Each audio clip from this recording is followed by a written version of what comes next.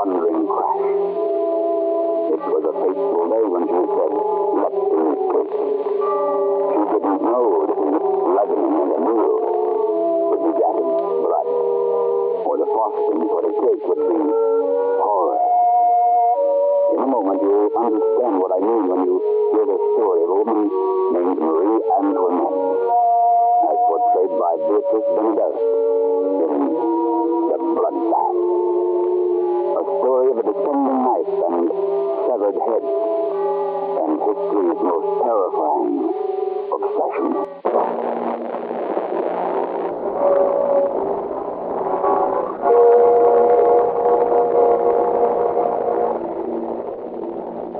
This is the story of a bloodbath, a great inundating flood of hate that once overwhelmed the kingdom. It is the year 1769. Deep within the fastness of the Vienna woods, there stands a great castle. And within this castle, there lives the beautiful princess of Habsburg. Her name, Marie Antoinette. Sunlight is streaming through the stained glass windows of the royal council chamber as Maria Theresa, Empress of Austria and mother of Marie Antoinette, discusses a vital affair of state and of an obsession with her Prime Minister, von Konitz. The document does not ask von Konitz. It demands that my daughter becomes the bride of Louis Bourbon, grandson of Louis XV. Yeah, Your Majesty. Stop saying yeah, Your Majesty, and tell me what you think. Such a marriage would not be simple, Your Majesty. Perhaps not, but such a marriage would mean peace between Austria and France, von Konitz. Yeah, Your Grace. It would mean peace. Well, you're a Prime Minister, not an echo. What is your opinion? What do you think? The Bourbon is an ill-starred house, Your Majesty. A house that lives in eternal fear of the summer solstice. A time of inevitable doom for its members. The summer solstice is a time of year when all of the Bourbon blood, they expect tragedy. It is a curse which falls upon not only the blood of Bourbon, but upon those who wed with that blood. And following that... Nonsense! And enough of this. Let us think less of superstition and more of our nation's welfare. I shall execute your command, Your Highness.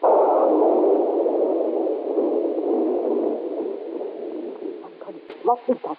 Thunder, Your Majesty, on rain. Thunder, rain, at this time of year, Uncle? Yeah, Your Majesty. This is the time of the summer solstice. May God protect this house.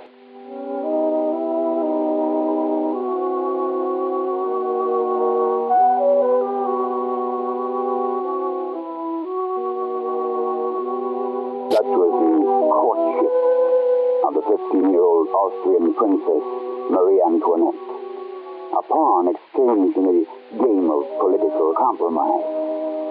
Thus the gods of war are appeased, and the fair Prussian child Marie has become the bride of the feeble-minded heir to the scepter and throne of the Frank realm. It is now the hour of dusk, following the holy ceremony of marriage. Louis? Yes? You are not angry about something, are you? No? Then what is it? It is only that I cannot talk.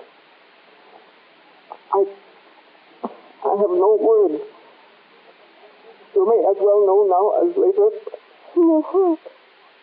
What everyone in the court knows. That I am a stupid fool. Louis. That I am not as my brothers. I am dull-witted. I am clumsy. I'm someone they all laugh at. And now I wish you would go away and leave me alone. Leave you alone, Oh, no, I could not do that. You are my husband, and I am your wife. And you must never say such things about yourself, for they are not true. I cannot dance because I am clumsy. I cannot talk because I am a fool. I cannot... But why do I talk now? It doesn't matter, Louis. I really don't care for parties. very much. And I don't care for cards very much either. You shall only do the things that you like to believe. What do you like to do? What? No. Perhaps you like to hunt. Yes. Yes, I like to hunt. Sometimes I hunt every week. Last week I shot a stag in the King's Forest. Did you really? Yes. Oh, that must have been wonderful. I like to make things, too, in my workshop. I have a beautiful workshop. Yes. Chopin says that I'm very clever. Oh, did you? Yes. One time I made a clock. It ran for 3 days. Clock? Yes, yes. And sometime I shall make another clock. One that will... no. Go on, Lee. One that will what? You would not care about my clock or my workshop. You would only laugh at me as the others do. No. I wish you would go away and leave me alone. But Lee, I cannot go away and leave you alone. Nor do I want to. Lee, I am your wife. Yes. And you are my husband. And we are together, Louis, as we shall always be. No. How do you say no, Louis? I hope that you shall be happy here. But then... You can go to the parties, you can dance, you can do anything you wish.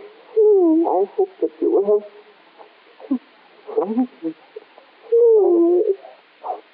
I must tell you what everyone in the court knows, that you will never love me. For a woman can only love a man. A wife can only love a husband. And I'm neither one, do you understand? I'm neither man nor husband. Now laugh at me as the others do. I've told you, I'm kidding. Well, why do you not laugh? It is funny, is it not? Oh, my God. No, I hope you will forgive me if I leave. I'm going to my workshop. I hope you will not be too lonely here.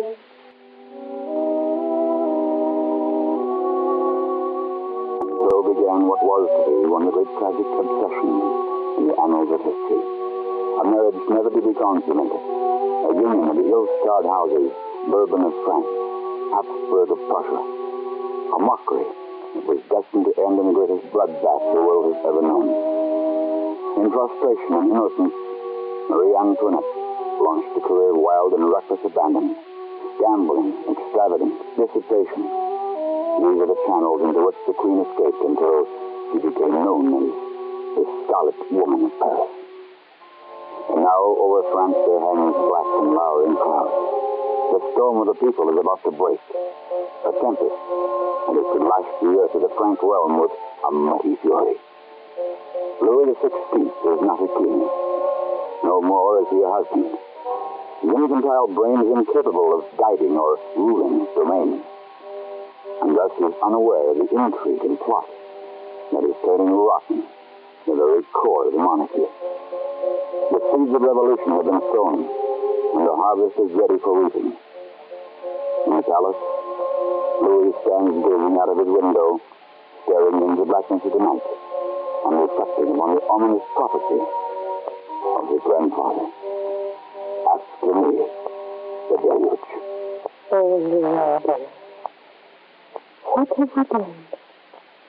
What sin have you committed? Why should they hate us so? I don't know. I wish I were not the king. It's such a responsibility, and I become confused. Yes, Louis. If this palace were only a small cottage in the forest, and if you were only a smith instead of a king, how could I explain? Clocks. Oh, I could be very happy, I think. Oh, yes. I should like that. Louis, do you think it would be wise to say a few words to the palace guards to strengthen your courage against the night? You wish me to talk? Only a few words, Louis. Tell them to fight for us, for their king. It would inspire them, Louis. It would help so. Well, Please. It would mean so much. very well, if you think best, Antoinette. My dear, it is for France, Louis. The kingdom of France that you must speak. And I shall pray that God will give you the words.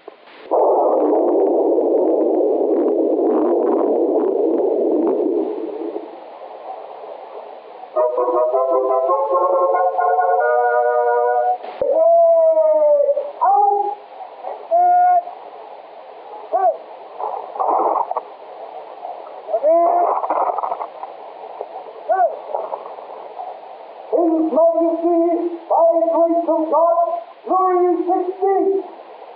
Tell them to stand at ease, Captain.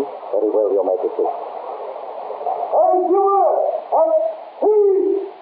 As you were, at ease.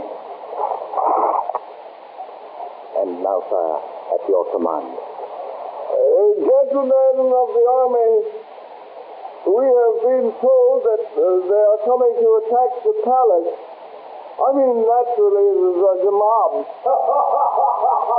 I thought that I should say a few words. That is, the Queen thought I should say a few words. That we should all stand together. Don't you think? We are facing desperate times, and I think that is, the Queen thinks, the Queen thought I should say a few words, and I have said a few words.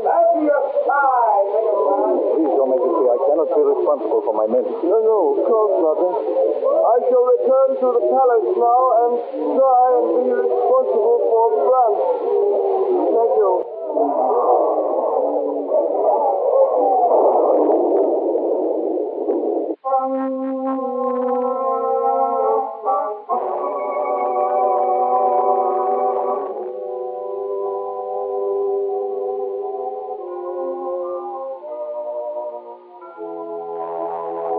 On his deathbed, the aged king, Louis XVI, uttered the horrifyingly prophetic words, "After me, the deluge." And now the words are becoming a ghastly reality. It is the day of the vagabond, France, July 14, 1789. Amid the tatters and rags and dirt and sweat of France, there beats a heart that must be warmed by a blazing flame, must burn with a white-hot passion, must beat out its one-word message until it reaches the heights of heaven. Liberty. Count d'Orléans, blood kinsman of the moronic Louis XVI, has forsworn his nobility, has turned traitor to aristocracy, and now harangues the rabble. It's his Judas tongue that feeds the fires of revolution and the awful obsession. People of France, citizens of France, before you stands the symbol of oppression, the symbol that reeks with the blood of the innocent, that breathes pitiless pride and contempt of the Manichae. It is the Bastille, citizens of France, and I say to you, in the name of France, in the name of liberty, take the Bastille. It belongs to you. Take what is rightfully yours. Down with the Bastille!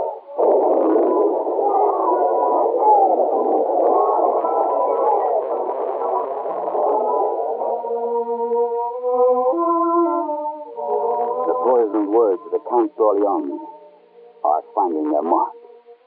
The mob mills. Chaos and confusion embodied, centering its wild fury upon the outer drawbridge of the Bastille. Citizen Tournay raises his iron hammer to strike the chain that binds the great bridge. The links crack, splinter, and for an instant, the great bridge hangs. Then, the Bastille has fallen, and the deluge sweeps on.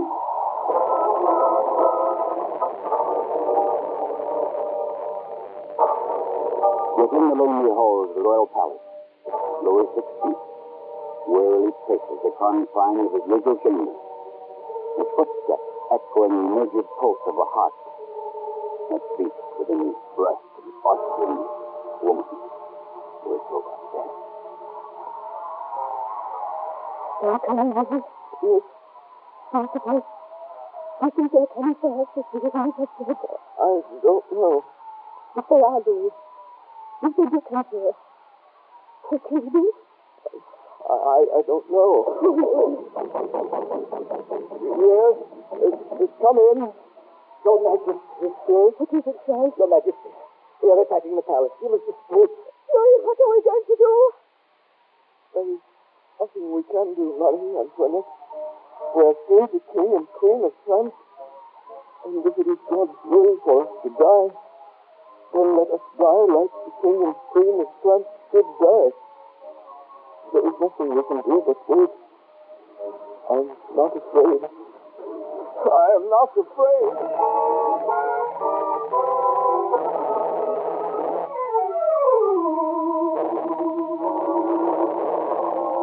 And so the monarchy of France is no more. Lo, how the mighty have fallen.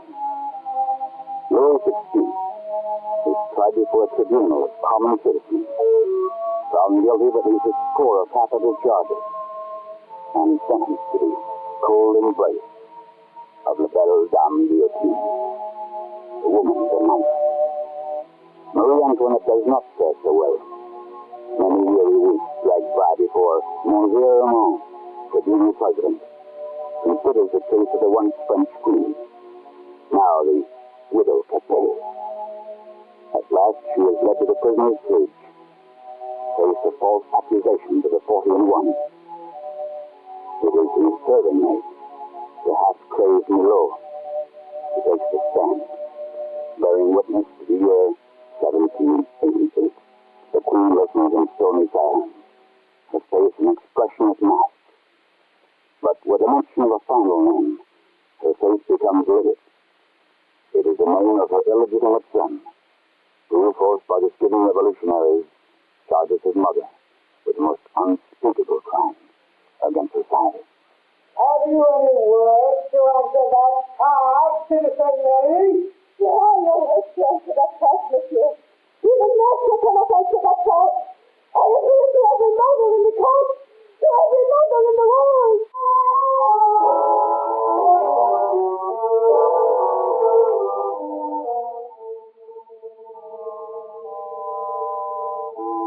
Marie Antoinette, now the citizen Capet, is found guilty of many nameless crimes, and the judgment is death. Back from the tribunal halls to the transporters of the lonely prison, this agonized creature of God with torn and broken heart is taken to await her execution.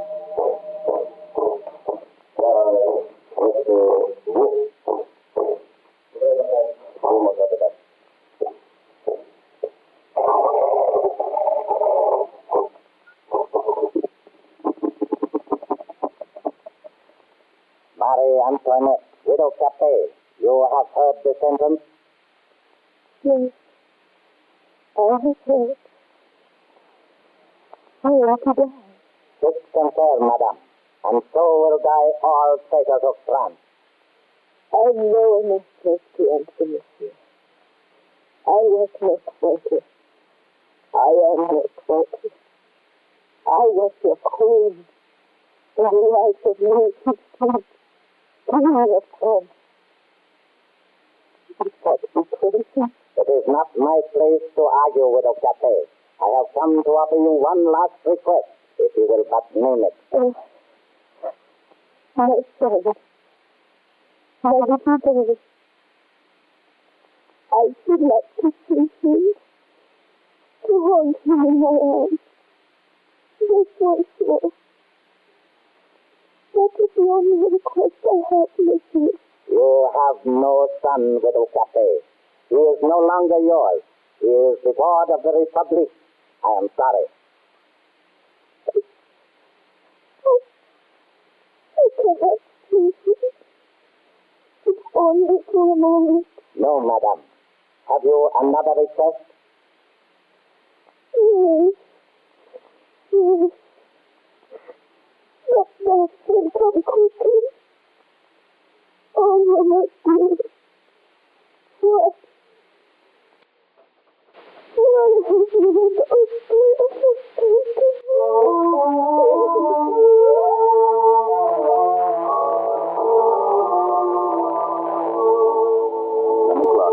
On this morning of October the 16th, hour after hour, the pathetic widow Capet waits, every moment torture to her anguished mind.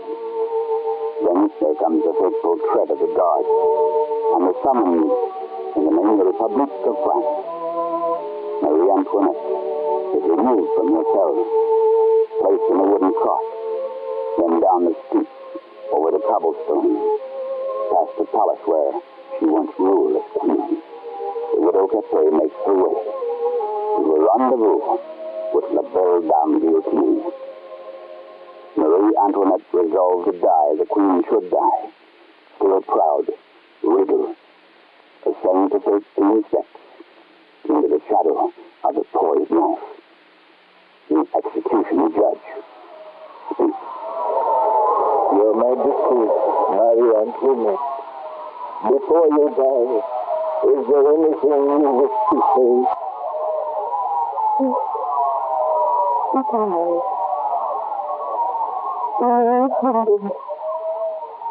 I could only have to repeat the words of one of his precious died. It's when I say, Father, help my son, that I might forget you. I am ready now.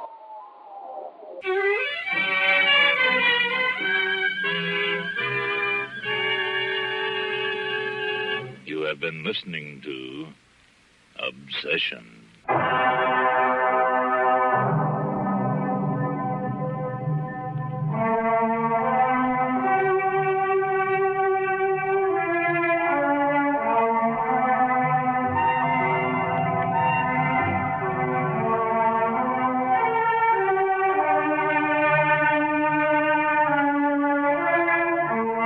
Obsession has come to you through the worldwide facilities of the United States Armed Forces Radio and Television Service.